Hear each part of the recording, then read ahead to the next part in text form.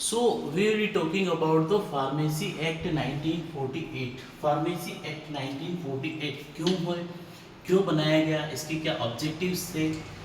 तो pharmacy act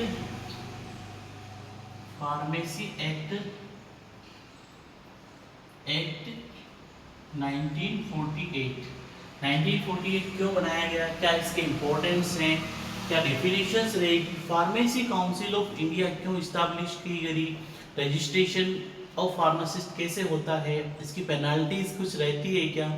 all of this things we will be study in this chapters. ये सारी चीज़ें हम लोग इस चैप्टर में कवर करने वाले हैं, ठीक है। तो फार्मेसी एक्ट था वो, ये जो रेगुलेशंस था 4 मार्च 1948 को सबसे पहले प्रभावी रूप से लागू किया गया। तो इसमें 5 चैप्टर और 46 सेक्शन में इसको डिवाइड किया हुआ है। ये जो एक्ट बनाया गया, ये जो इसके 5 तो चैप्टर हैं, 5 मुख्य चैप्टर हैं और 46 इसके सेक्शंस डिवाइडेड किए हुए हैं। तो this is the very important things, ये काफी। तो फार्मेसी अमेंडमेंट, उसके बाद में 1976 में फार्मेसी अमेंडमेंट एक्ट आया था। 1976 में फार्मेसी अमेंडमेंट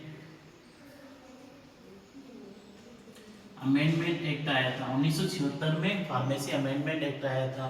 फिर धीरे धीरे रिवाइज होते गए, ये चेंज होते गए और इन एक्ट्स के बिहाफ पे ही आज फार्मेसी प्रोफेशन इतना स्मूथली रन कर रहा है। अदरवाइज तो हर कोई दवा ओपन कर देता था। और हाँ, ये जो रूल्स हैं जम्मू एंड कश्मीर में भी भारत सरकार के ही रूल्स लागू होते हैं। तो इसका प्रोफेशन, ये जो रूल्स बनाए गए थे, इसका ऑब्जेक्टिव क्या था। इसका मेन ऑब्जेक्टिव ये था कि भाई है ना, regulate profession and pharmacy practice, मतलब कि प्रोफेशंस को रेगुलेट करना। Regulate profession and pharmacy practice, regulate pharmacy and pharmacy practice, raise the status of profession of pharmacy in the India, frame the program of education and practical training, maintain control over the person of pharmacy profession registered. तो all of these things are very important. अब बात करें कुछ definitions की जो हमारे exam point of view से भी इम्पोर्टेंट होते हैं। तो सेंट्रल काउंसिल क्या होती है, सेंट्रल फार्मेसी काउंसिल मतलब कि ये जो क्या सेंट्रल गवर्नमेंट की काउंसिल होती है। It means the pharmacy Council of India, central council, तो पीसीआई जिसको बोलते हैं, कंस्टिट्यूटेड अंडर द सेक्शन 3 के अंदर ये बनी होती है। सेंट्रल रजिस्टर्ड मतलब कि पीसीआई में आपका रजिस्ट्रेशन होना जरूरी है 15A के अनुसार। एग्जीक्यूटिव कमेटी मतलब central council of the central council की एग्जीक्यूटिव कमेटी होती है। स्टेट काउंसिल, स्टेट की जो अलग अलग रहती है, सेक्शन 19 में स्टेट फार्मेसी काउंसिल या स्टेट काउंसिल होती है, स्टेट काउंसिल। तो सेक्शन 19A के अनुसार में ये बनी हुई होती है और इसमें joint secretary council of pharmacy भी प्रेजेंट होते हैं। तो all this things are very important. उसके बाद में मेडिकल प्रैक्टिशनर के बारे में, तो मेडिकल प्रैक्टिशनर ग्रांट अथॉरिटी होती है जिसको क्या है कि IMC Indian medical degree act 1966 में इंडियन मेडिकल काउंसिल के द्वारा एक डिग्री मिलती है जो कि प्रैक्टिशनर में कंसीडर होता है। रजिस्टर्ड फार्मासिस्ट, जो रजिस्टर्ड फार्मासिस्ट किसको कहा जाएगा, a person whose name is of the time being registered pharmacist. Registered pharmacist किसे कहा जाता है, तो a person whose name is for time being entered in the register of the state in which he or time being residing of carrying profession or business of the pharmacy, यानी कि जिस state में उसका pharmacy business run कर रहा है या फिर he is registered of that particular state council, उसमें उसका रजिस्ट्रेशन है कि I am the proper pharmacist, सारे डॉक्यूमेंट जमा होते हैं जिसमें आपका रजिस्ट्रेशन के लिए आरपीसी राजस्थान फार्मेसी काउंसिल में रजिस्ट्रेशन के लिए क्या लगता है आपका फर्स्ट लगेगा आधार कार्ड,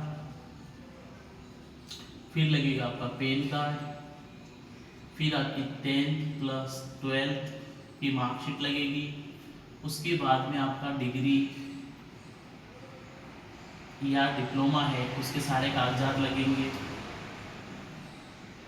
डिप्लोमा के पेपर्स लगेंगे, फिर आपका कॉलेज की इंफॉर्मेशन लगेगी, फिर आपको वहाँ पे फॉर्म भरना पड़ेगा और वहाँ पे एक रिसिप्ट कटवानी पड़ेगी। ये सारी प्रक्रिया होती है रजिस्टर्ड फार्मासिस्ट बनने के लिए। अगर आपने इनमें से कोई भी प्रक्रिया मिस कर दी तो definitely you will be not registered pharmacy registered pharmacist आप नहीं होंगे। अब बात करेंगे फार्मेसी काउंसिल ऑफ इंडिया क्या होती है, पीसीआई क्या होती है। आपको पता है, anyone know about the PCI?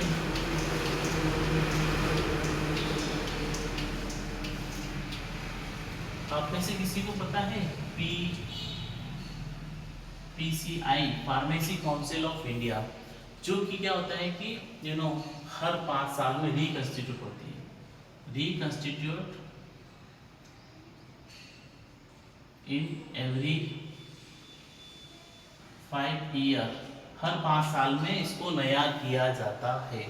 तो फर्स्ट जो हुई थी फर्स्ट काउंसिल ऑफ 1949 में फर्स्ट पीसीआई बनी, फर्स्ट 1949 में first pharmacy Council of India बनी थी। Constitution of pharmacy council India का कैसे क्या होता है, तो देखो 6 मेंबर रहते हैं, इलेक्टेड मेंबर रहते हैं, इलेक्टेड टोटल 8 मेंबर रहते हैं, उसमें 6 मेंबर रहेंगे वो फार्मास्यूटिकल केमिस्ट्री, फार्माकोलॉजी और फार्माकोग्नोसी के रहते हैं। Teaching staff of the Indian university diploma और डिग्री कॉलेज में होना बहुत ज़रूरी है। एक मेंबर रहेगा एमसीआई का, मेडिकल काउंसिल ऑफ इंडिया का, और एक रहेगा रजिस्टर्ड फार्मासिस्ट एज काउंसिल से। फिर नॉमिनेटेड मेंबर 9 रहते हैं, जो 6 मेंबर रहते हैं डिग्री और डिप्लोमा फार्मेसी प्रोफेशंस के रहते हैं। फिर एक ऑफिसो मेंबर रहता है DGHS, director general of health service, central drug laboratory से, और DCI drug controller of India. Total x officio के 3 मेंबर मिलकर के फिर आपके इस फार्मेसी काउंसिल में इलेक्टेड किए जाते हैं, और इनका 5 साल का कार्यकाल रहता है। ठीक है, तो नॉमिनेशन के बाद में कोई कॉजुअल वैकेंसीज भी ये लोग क्रिएट कर सकते हैं। ठीक है, स्टाफ अपोनेंट्स, तो इसमें आपका अपॉइंट रजिस्ट्रार अपॉइंट किया जाता है, जो कि सेक्रेटरी और ट्रेजरर ऑफ द काउंसिल रहता है। फिर सेंट्रल काउंसिल में फिक्स करती है रेमुनरेशंस, अलाउंसेस, वाइस प्रेसिडेंट कौन होगा, उनके पे अलाउंस क्या रहेगी, कितनी तनख्वाह मिलेगी, उनके सर्वेंट्स की क्या रहेगी conditions, all of this things has been decided by that committee. इनका काम क्या होता है, पीसीआई का काम क्या होता है, तो ये क्या करती है, नॉर्म्स बनाती है, नॉर्म्स एंड रेगुलेशंस बनाती है। ठीक है, नॉर्म्स एंड रेगुलेशंस बनाती है। उसके बाद में स्टडी के कोर्स अप्रूव करती है, एग्जामिनेशंस करवाती है। एग्जामिनेशन ये नहीं करवाती है, पर्टिकुलर यूनिवर्सिटी को या उसके रजिस्ट्रार के थ्रू होते हैं। उसके बाद में फार्मेसी एजुकेशन को कैसे बढ़ाया जाएगा उस पर उसका इम्प्लीमेंटेशन पे काम करती है। एजुकेशन रेगुलेशंस को फ्रेम करती है, क्या करती है, एजुकेशन रेगुलेशंस को फ्रेम करती है, एजुकेशन रेगुलेशंस को फ्रेम करती है। तो all of this things has been doing by the pharmacy Council of India, और एक central register for pharmacist maintain करती है। एजुकेशन रेगुलेशंस जो है वो भी पीसीआई के द्वारा ही बनाया जाता है, जिसमें क्या है कि PCI after the approval of the central government में make regulation prescribing minimum standard of education qualification of a pharmacist. मतलब कि एक मिनिमम स्टैंडर्ड कितना रिक्वायरमेंट रहेगा। All of these things has been decided by that particular this one PCI, ठीक है, pharmacy Council of India decide करती है। तो this is the very important, education regulations बनाती है, उनको मेंटेन करवाती है, उनके अप्रूवल्स का ध्यान देती है। All of this things has been taking carried out by this Pharmacy Council of particular regions, Pharmacy Council of India, पर इंडिया की बात कर रहे हैं तो इंडिया ही इसको टेकिंग केयर करती है। State and joint state pharmacy council इसी का वर्क्स रहते हैं। तो let's will be see state, हर एक स्टेट की स्टेट फार्मेसी काउंसिल होती है। ओके, उनका क्या वर्क रहता है, how it will be maintain, how it will be doing. तो स्टेट फार्मेसी काउंसिल,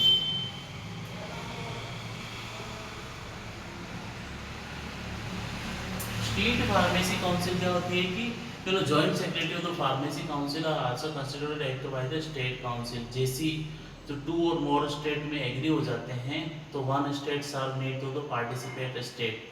तो प्रेसिडेंट और वाइस प्रेसिडेंट रहते हैं 5 साल के लिए ही होते हैं और हर 5 साल में इनके इलेक्शंस होते हैं, किनको बनाना है किनको नहीं बनाना है उसके बिहार पे। तो आपका स्टेट काउंसिल और जॉइंट काउंसिल के कि स्टेट काउंसिल होगी 6 मेंबर रहेंगे, फार्मासिस्ट रहेंगे elected from the amongst themselves, 1 member elected from the amongst themselves by the medical council से। और जॉइंट फार्मेसी काउंसिल में होगा 3 से 5 रजिस्टर्ड फार्मेसिस्ट होंगे। उसके बाद में 1 मेंबर रहेगा इलेक्टेड एमसीआई के द्वारा। नॉमिनेटेड मेंबर्स भी रहते हैं 5 मेंबर और स्टेट में 2 से 4 मेंबर्स रहते हैं। एक्स ऑफिसो मेंबर्स रहते हैं, चीफ एडमिनिस्ट्रेटिव मेडिकल ऑफिसर्स रहता है, ऑफिसर इंचार्ज रहता है। तो all of this things are very very important. Okay, अब उसके बाद में इंस्पेक्शन क्या होता है, अब बात करेंगे इंस्पेक्शंस की। इंस्पेक्शंस क्या होते हैं, तो you know about this inspections और अबाउट दिस टर्मिनोलॉजी। आप में से किसी को पता है इंस्पेक्शंस?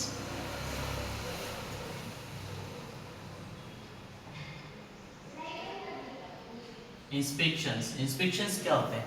तो स्टेट में appoint the inspectors inspect any premises where drugs और कंपाउंडेड और डिस्पेंस।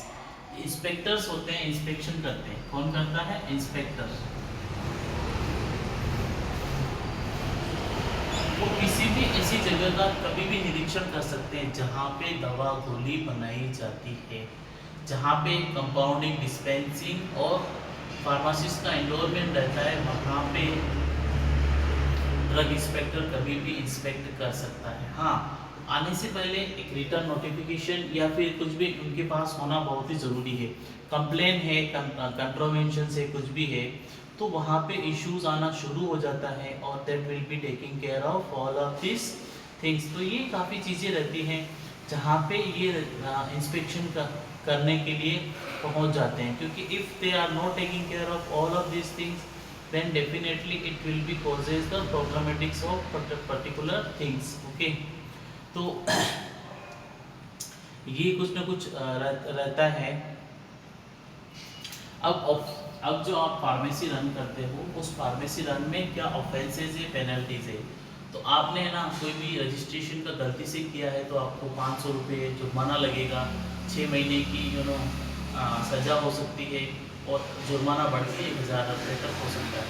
अनरजिस्टर्ड फार्मासिस्ट अगर आपकी दुकान पे मिलता है तो 6 महीने और फाइन 1000 रुपये तक दोनों हो सकते हैं। और surrender certificate of registration fine extending up to 50 रुपये आपकी फाइन रहेगी। ठीक है, आपको स्टेट फार्मेसी काउंसिल 6 मंथ और फाइन अप टू 1000 रुपये रहता है। ये सारी नॉर्मल चीज़ें रहती है। Will be taking care of all of this things. If will be taking care then definitely it will be good, and if you will be not taking care then definitely it will be causes the problematics of all of these things.